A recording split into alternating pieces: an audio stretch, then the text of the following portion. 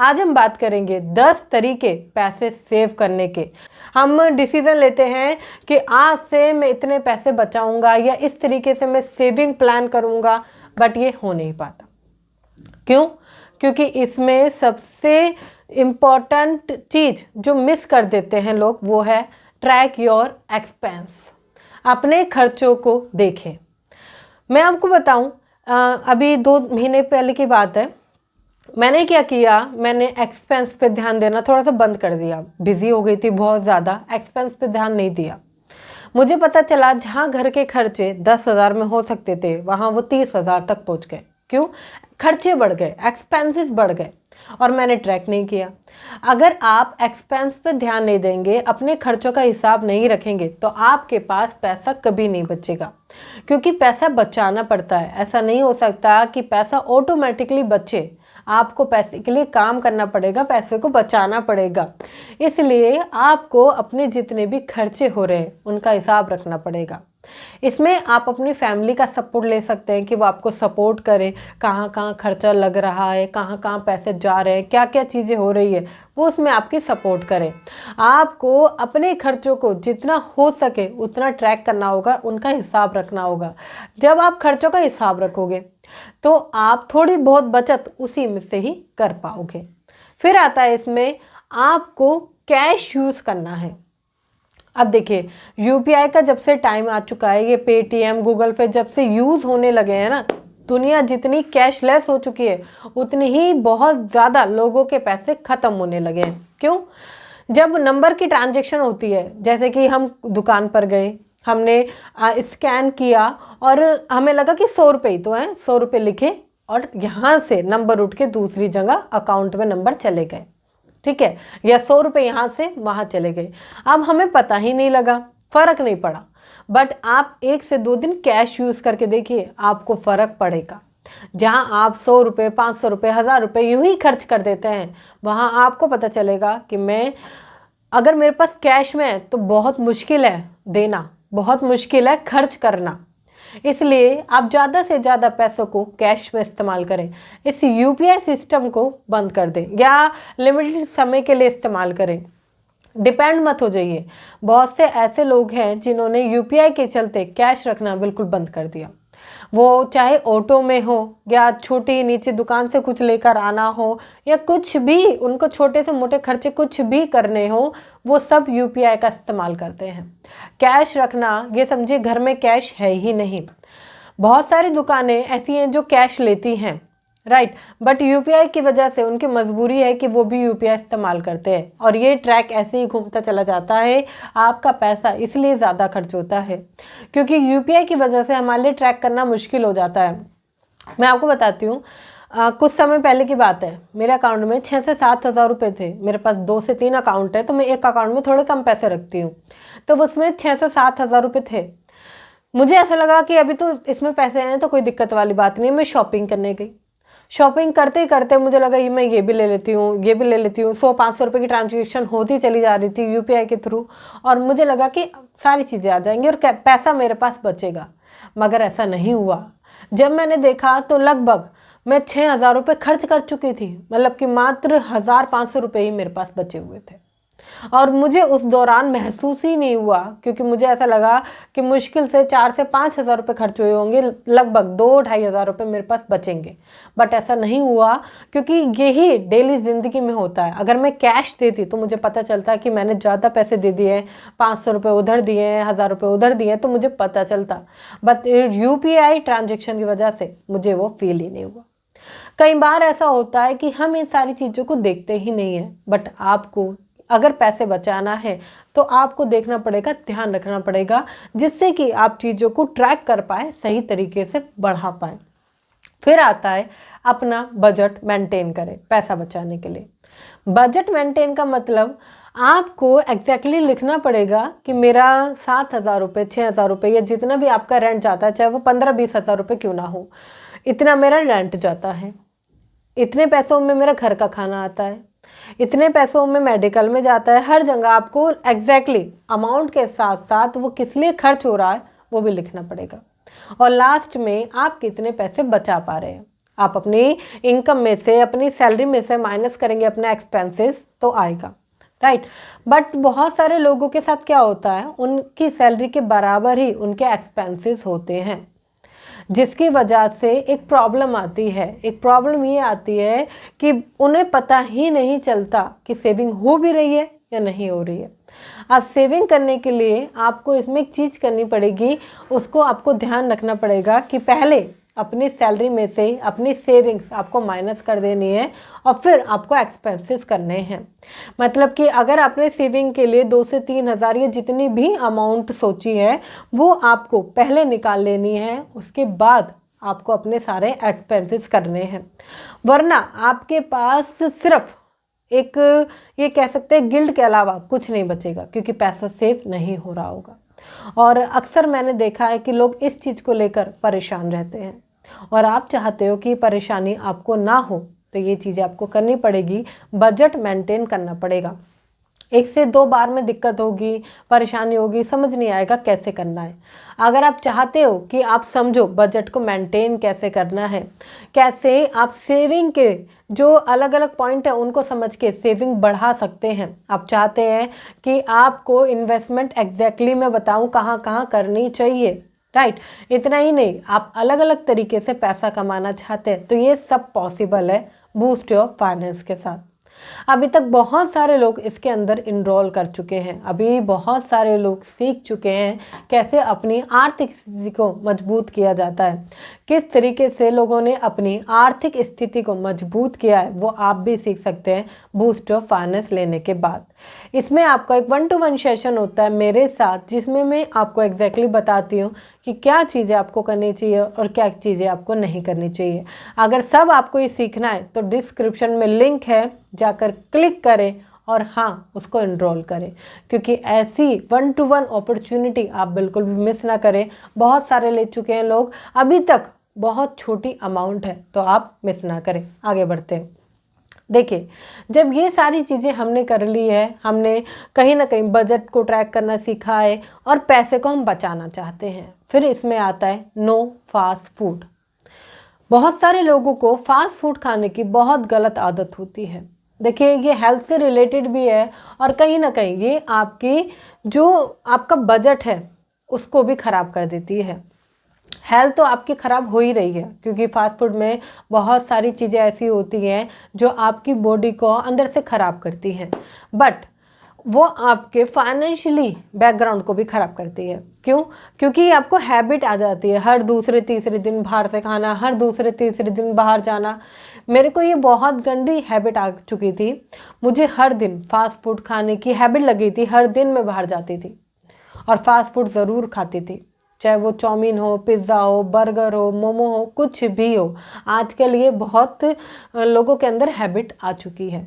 आपके अंदर कौन सी हैबिट है वो मुझे कमेंट करके बताइएगा, या अपना फेवरेट फास्ट फूड कौन सा है वो कमेंट ज़रूर कीजिएगा, राइट।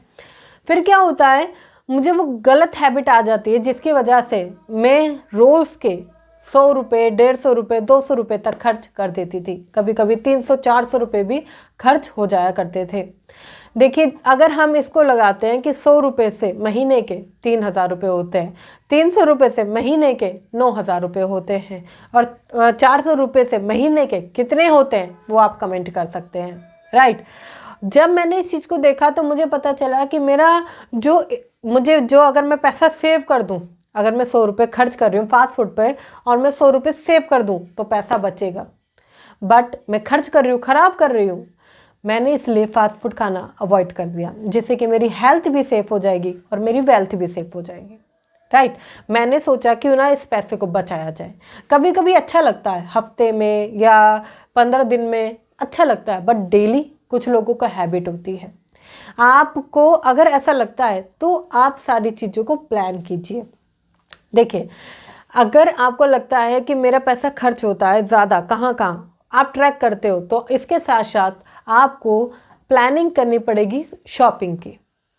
कई बार क्या होता है, लोग शॉपिंग लिस्ट नहीं बनाते, वो शॉपिंग मॉल गए या वो घर का सामान खरीदने गए, उन्हें ये भी ले लो, थोड़ा सा वो भी ले लो, ये भी ख़त्म हो रहा है वो भी ले लो। खर्चा बढ़ते बढ़ते जहाँ वो 5 से 6 हज़ार रुपये की शॉपिंग कर सकते थे वो 10-12 हज़ार रुपये तक की कर लेते हैं, क्योंकि हर चीज़ मार्केट में जाने के बाद ऐसा लगता है कि सारी ही चीज़ें हमारे लिए ज़रूरी हैं, राइट। और मॉल में अगर आप जाओगे तो हर चीज़ आपके, ये समझिए अगर आपने हाथ उठाया तो वो चीज़ आप लेकर ही आओगे, क्योंकि वो इतनी आसान है आपके लिए उठानी कि आपने उठाया और बास्केट में डाल लिया। अब ये क्या चीज़ हो रही है, ये आपकी प्लानिंग ना होने की वजह से शॉपिंग की आपका पैसा खर्च हो रहा है। देखिए, जब तक आप इन खर्चों को नहीं समझोगे ना तो बचत होगी नहीं। चाहे आप कितना भी कमा लो, अगर आप पैसा बचाना नहीं सीखोगे तो 50,000 रुपये कमा कर भी परेशान रहोगे, 1 लाख रुपये कमा कर भी परेशान रहोगे, और चाहे आप 2 लाख 5 लाख क्यों ना कमा लो फिर भी आप परेशान रहोगे, क्योंकि आपको सेविंग नहीं आती, आपको नहीं पता कैसे बचत की जाती है। क्योंकि इनकम के साथ साथ खर्चे भी उतने ही तेज़ी से बढ़ते हैं, और अगर आप ये सारी चीज़ें नहीं समझ पाते हैं तो सेविंग नहीं कर पाएंगे। इसलिए प्लान करें अपनी शॉपिंग को। जिस चीज़ की ज़रूरत है वो ही चीज़ आप लेकर आएँ, जिस चीज़ की ज़रूरत नहीं है वो चीज़ बिल्कुल ना लेकर आएँ, और जितना आपने खर्चा लिखा है उसी खर्चे में सारी चीज़ें करें। चाहे आपको लगे ये ज़रूरी है वो ज़रूरी नहीं, इम्पॉर्टेंट समझिए जो आपने लिखा है, जितने का लिखा है वो ही लेकर आना है, एक्स्ट्रा कुछ भी आपको खर्च नहीं करना। फिर आता है आपको अपना वैकेशन भी प्लान करना पड़ेगा। बहुत सारे ऐसे लोग होते हैं जिनको लगता है वैकेशन में हम लोग जा रहे हैं तो ज़्यादा से ज़्यादा 20-30 हज़ार रुपये लगेंगे, मगर जैसे जैसे वो वहाँ से घूम कर आते हैं और बजट बाद में लगाते हैं पता चलता है 60 से 70 हज़ार रुपये खर्च हो चुके हैं। या कुछ लोग छोटा अमाउंट लेकर चलते हैं, 5-6 हज़ार रुपये लगेंगे, 10-12 हज़ार रुपये लगेंगे, वो अमाउंट बढ़ चुका है। क्यों? क्योंकि आपने अपना वेकेशन प्लान नहीं किया। आपको प्लान करना चाहिए कौन से होटल में आप जाएंगे। चाहे आप अपने कंफर्टेबल के हिसाब से सोचें, मैं ये नहीं कहूँगी कि आप चीपेस्ट में चले जाएं, नहीं, आप अपने कंफर्ट के हिसाब से सोचें, बट उसको प्लान करें और लिखें कि आप कौन से होटल में जाने वाले हैं, कहाँ कहाँ घूमने जाने वाले हैं, छोटे ट्रैवल में कितना खर्च होने वाला है, आपकी टिकट कितने की है रिटर्न और जाने की कितनी है, सब एग्जैक्ट प्लान करें। और एग्जैक्ट प्लान करने के बाद भी उसमें 2-3 हज़ार रुपये एक्स्ट्रा ऐड ऑन करें, क्योंकि वो लग सकता है हम एक्स्ट्रा ही लेकर चलेंगे। तो आपको पता रहेगा कि अगर आपने 15,000 का प्लान किया है या 20,000 का प्लान किया है, सपोज 20 का किया है, तो एटलीस्ट 25 लेकर चलें, जिससे कि एग्जैक्ट क्लियर हो कि हाँ इतना पैसा हमारे पास से लग सकता है। बाद में आपको ये नहीं लगना चाहिए कि 20 लेकर चले थे 40 या 50 खर्च हो गया, आपको लास्ट 25 में ही करना है। उतना ही पैसा आप लेकर चलें और पूरी चीज़ें प्लान करके चलें। देखिए, जब आप प्लान करके चलते हैं ना तो आप पैसे को बचाते हैं, और धीरे धीरे जब आप पैसे को बचाते हैं तो सेव करते हैं। सेव करने के साथ साथ आप उसे इन्वेस्ट करते हैं। इन्वेस्ट करने के लिए आपको सबसे पहली सीढ़ी वही है कि आपको बचत करना पड़ेगा, वरना आप सारे पैसों को खाकर ख़त्म कर दोगे और बचेगा ही नहीं कुछ भी। फिर आता है लिमिटेड ब्रांड्स। लिमिटेड ब्रांड से बहुत कमाल की चीज़ है, मतलब कि कुछ लोगों को ऐसी हैबिट होती है कि ब्रांडेड ही पहनना है, ब्रांडेड ही मुझे फ़ोन चाहिए, ब्रांडेड ही सारी चीज़ें चाहिए। जैसे कि अभी आईफोन का ट्रेंड हर बार चलता है, हर बार एक नई सीरीज़ आती है और लोग लेते हैं। कुछ ब्रांड के मामले में आप जाएं, जैसे कि एक्सेसरीज़ या ये चीज़ें ज़रूरी होती हैं क्योंकि वो आपको सेफ्टी देती हैं, वो अच्छा एक ब्रांड होता है। मगर कुछ लोग ब्रांड के साथ इसलिए जाते हैं दिखावा करने के लिए, वो लोन पर लेकर आते हैं या उससे वो उनके बजट में नहीं है फिर भी लेकर आ रहे हैं। मतलब कि एक एम्प्लॉय 15 से 20 हज़ार रुपये कमा रहा है मगर आईफोन चला रहा है। क्यों? क्योंकि लोन पर है, दे देंगे पैसे, धीरे धीरे दे देंगे, छोटी किश्त तो जानी है। ये बहुत गलत बात है। जिस चीज़ की आपको ज़रूरत नहीं है वो लेने की क्या आपको लगता है वो ज़रूरी है?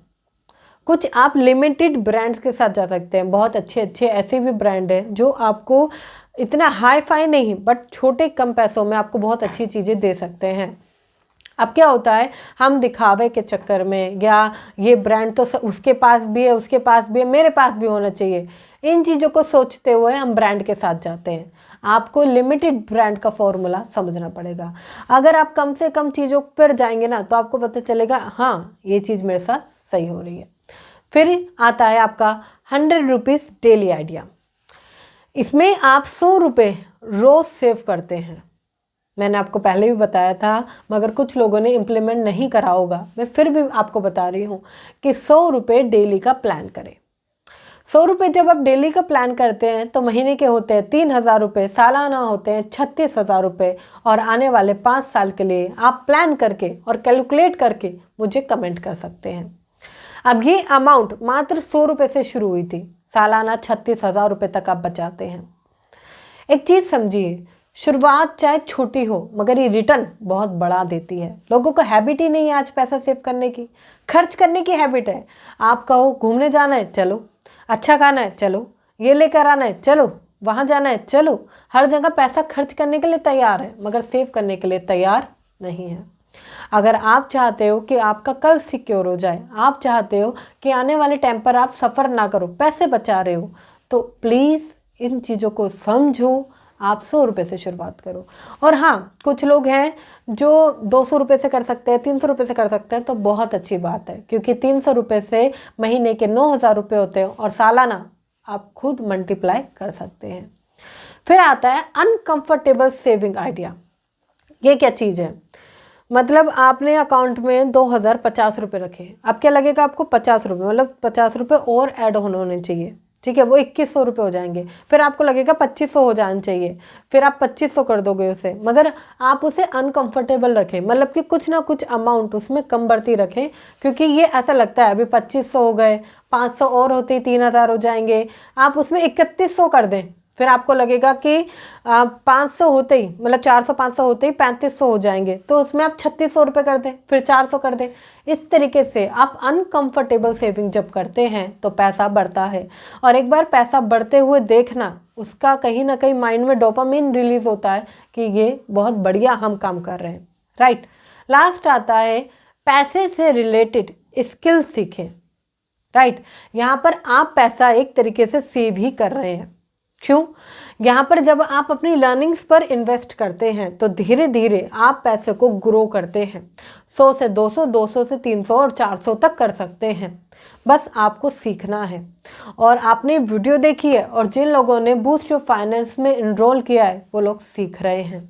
तो आप मिस ना करें, सीखने के लिए हमेशा तैयार रहें। सीखें मल्टीपल जगह से, सीखें मल्टीपल थॉट्स, सीखें मल्टीपल तरीके, मगर हाँ, पैसे बचाना बहुत ज़रूरी है।